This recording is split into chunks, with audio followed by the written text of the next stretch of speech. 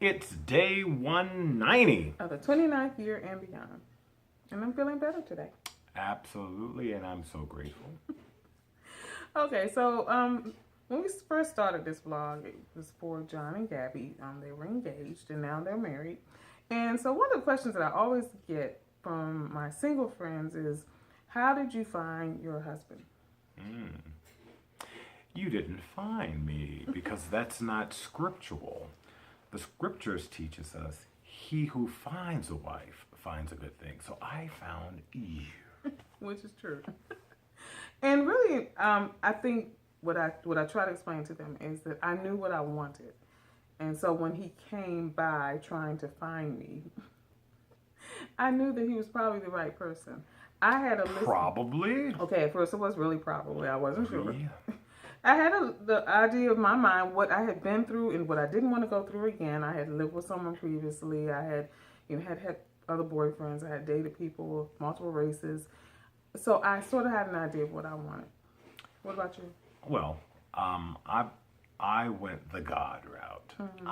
I had opportunities to date a lot of great women, but I didn't want to waste my time. Didn't want to waste their time, and I got to the point where I just realized, okay, I need help, and I prayed to God, and it was through that prayer that God afforded me the opportunity to have our paths cross, and unlike you, I was 100% certain of what I wanted, and when you showed up, there was no probable. It was definitely, I would be a fool to let this woman get away, and this was the person I needed to marry, hands down. But even with all of that, even with all that knowledge that he had and I had, and the feelings that we really quickly, 3 months in, we were married, there were still things about him that I wasn't exactly sure about, and a lot of things about him that he found out about me, I guess, going into the marriage. Well, just because you're the person, right, that I was looking for, I still had to get to know the totality of who you were. Right. So as far as your character, as far as all of those other traits, they were there, and so I recognized that. But I still had to get to know you on a much more intimate level, and that's a part of the process of a relationship. Yeah, and I think that probably one of the biggest things that we had was flexibility too.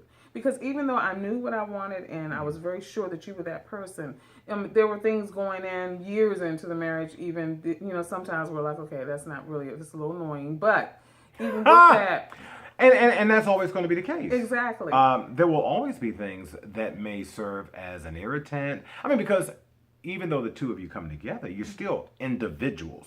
So, the Bible talks about two coming together and becoming one flesh, but you're still two individuals, and so you still see some things differently. It doesn't matter that you are incredibly compatible. Exactly. You're still individual people with individual ideas and thoughts and even desires in some areas. And so you have to be flexible. And so I would tell you, know what you want, be flexible. What else would you say? And definitely don't get stuck on the external stuff. Well, more than anything else, and this, I know I've said this many times, but it bears repeating, maintain the integrity of who you are.